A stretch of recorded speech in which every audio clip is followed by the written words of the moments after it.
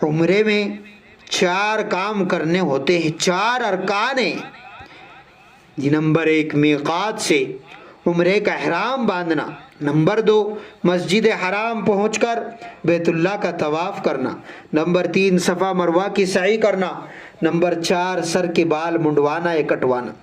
یہاں پر میقات عمرے میں جو 4 کام کرنے ہوتے ہیں، تو میقات سے عمرے کا احرام باندھنا، تو میقات اصل میں معین وقت اور معین مکان کا نام ہے، اور میقات یہ بھی 2 ہوتے ہیں، میقات زمانی کہ زمان اور میقات مکانی۔ تو میقات زمانی پورے سال رات دن میں جب چاہے اور جس وقت چاہے عمرے کا احرام آپ باندھ سکتے ہیں، لیکن ام المؤمنین حضرت عائشہ رضی اللہ عنہا کی حدیث کے پیش نظر حضرت امام ابو حنیفہ نے 5 دن 9 ذی الحجہ سے 13 ذی الحجہ تک عمرے کی ادائیگی کو مکروہ تحریم قرار دیا ہے، خواہ حج کر رہا ہو یا نہ کر رہا ہو۔ حضرت عائشہ کی حدیث بیہقی میں بھی ذکر کی گئی ہے۔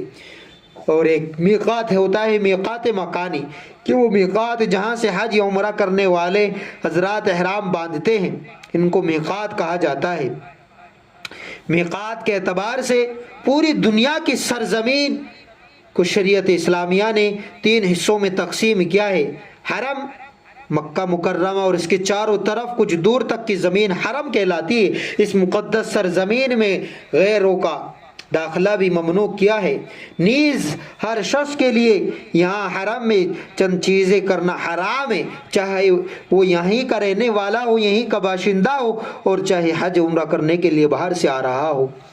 نمبر 1 جو اس پر حرام ہے یہ کہ یہاں کے خود اگے ہوئے درخت یا پودے کو کاٹنا، نمبر 2 یہاں کے کسی جانور کا شکار کرنا یا اس کو چھیڑنا، نمبر 3 یہاں کی گری پڑی چیز جس کو لقطہ بھی بولا جاتا ہے اس کو اٹھانا۔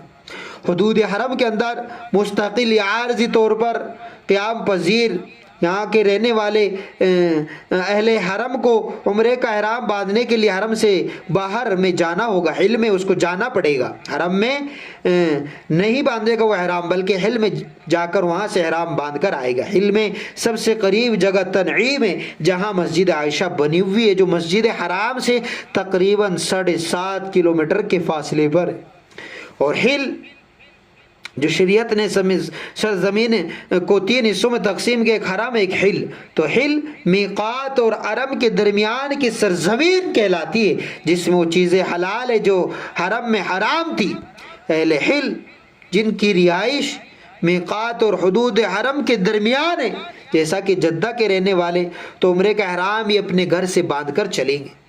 اور تیسری جو شریعت نے 3 حصوں میں تقسیم کیا، حل، حرم اور ایک ہے تیسرا نمبر آفاق۔ حرم اور حل کے باہر پوری دنیا کی سرزمین آفاق کہلاتی ہے۔ تو آفاق کے حضرات جب بھی عمرے کی نیت سے مکہ مکرمہ جانا چاہے تو ان کے لیے ضروری ہے کہ وہ 5 جگہوں سے اہل مدینہ اور اس کے راستے سے آنے والوں کے لیے جو ذوالحلیفہ ان کی میقات ہے، جس کو آج کل بیر علی بھی کہا جاتا ہے، مدینہ منورہ کے قریب یہ میقات واقع ہے، مکہ مکرمہ سے تقریباً 420 کلومیٹر دور ہے۔ تو اہل مدینہ یا مدینے کے راستے سے آنے والے تو وہ احرام کہاں سے باندھیں گے؟ تو وہ باندھیں گے ذوالحلیفہ سے۔ اور اہل شام اور اس کے راستے سے آنے والوں کے لیے مصر، لیبیا، جزائر، مراکش وغیرہ ان کی میقات جحفہ ہے، یہ مکہ مکرمہ سے تقریباً 186 کلومیٹر ہے، 186 کلومیٹر کی دوری پر ہے مکہ مکرمہ سے جحفہ۔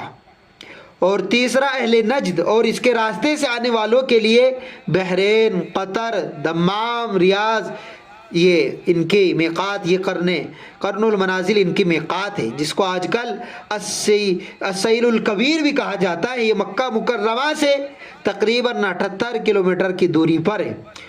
اور اہل یمن اور اس کے راستے سے آنے والوں کے لیے، جیسا کہ ہم اپنے ہندوستان سے جانے والے یا پاکستان یا بنگلہ دیش تو ان کی میقات وہ یلملم ہے، تو اس کو آج کل سعدیہ بھی کہا جاتا ہے۔ مکہ مکرمہ سے اس کی دوری 120 کلومیٹر کی ہے۔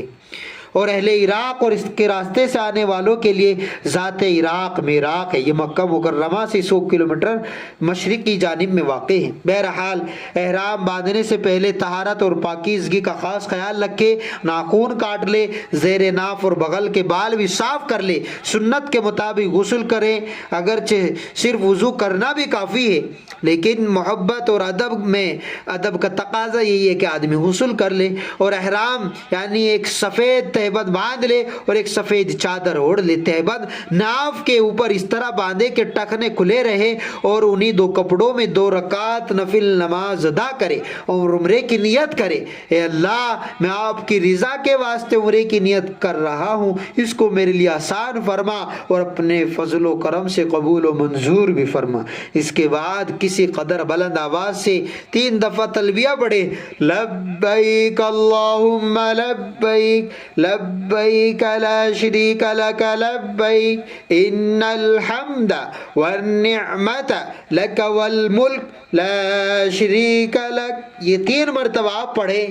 اے اللہ، میں حاضر ہوں تیرا کوئی شریک نہیں، میں حاضر ہوں بے شک تمام تعریف رب، آپ سب نعمتیں تیرے ہی لیے ہیں اور ملک اور بادشاہت وہ تیرے ہی قبضے میں ہے، تیرا کوئی شریک نہیں ہے۔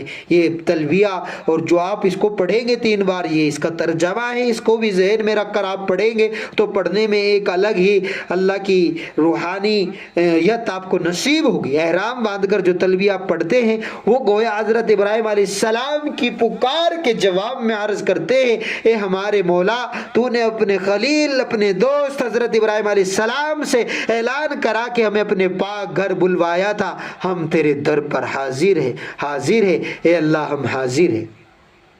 تلبیہ پڑھنے کے ساتھ ہی آپ کا یہ احرام اب یہ بند گیا۔ اب سے لے کر مسجد حرام پہنچنے تک یہی تلبیہ سب سے بہتر ذکر ہے۔ تھوڑی بلند آواز کے ساتھ آپ بار بار اسی تلبیہ کو پڑھتے رہے، اور اوراد و ذکر و اذکار ان کو آپ ابھی ان کو موقوف رکھیں اور اس کا ورد کریں، چونکہ اس وقت کا ذکر سب سے اعلیٰ ذکر یہی ہے، یہ تلبیہ۔ اللہ تبارک و تعالیٰ اپنے فضل و کرم سے ہمارے لیے بھی وہاں کی مقبول حاضری ہمارے لیے آسان فرمائے، اور اللہ تبارک و تعالیٰ جو پہنچ رہے ہیں اور اس وقت یہ پہنچیں گے، سب کی حاضری کو اللہ قبول فرمائے، ان کی دعاؤں میں ہمارا حصہ فرمائے۔